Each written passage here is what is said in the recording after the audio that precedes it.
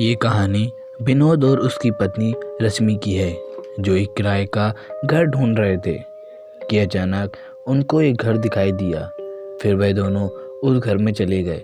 उस घर में केवल मिस्टर माथुर और उनकी पत्नी रहते थे। वह दोनों किराए पे घर देने के लिए राजी हो गए। फिर डॉक्टर माथुर ने विनोद और रश्मि को उनका रूम दिखाया। विनोद ने डॉक्टर माथुर को 2 दिन के बाद शिफ्ट होने का कहकर चले गए, लेकिन विनोद और रश्मि अगले दिन ही रहने के लिए आ गए। उसी रात जब रश्मि और विनोद सो रहे थे कि अचानक रश्मि की आँख खुल गई। रश्मि ने देखा कि उसके रूम के बाहर से कुछ अजीब गरीब आवाज़ें सुनाई दे रही थीं, मगर रश्मि ने सोचा शायद डॉक्टर माथुर होंगे। अगले दिन वह दोनों खाना खाने के लिए आ गए, लेकिन रश्मि ने देखा कि डॉक्टर माथुर और उनकी पत्नी ना तो कुछ बोलते ना तो कुछ खाते। फिर वे दोनों अपने रूम में आराम करने के लिए चले गए। विनोद के मोबाइल पे किसी का फ़ोन आया। विनोद ने फ़ोन उठाया।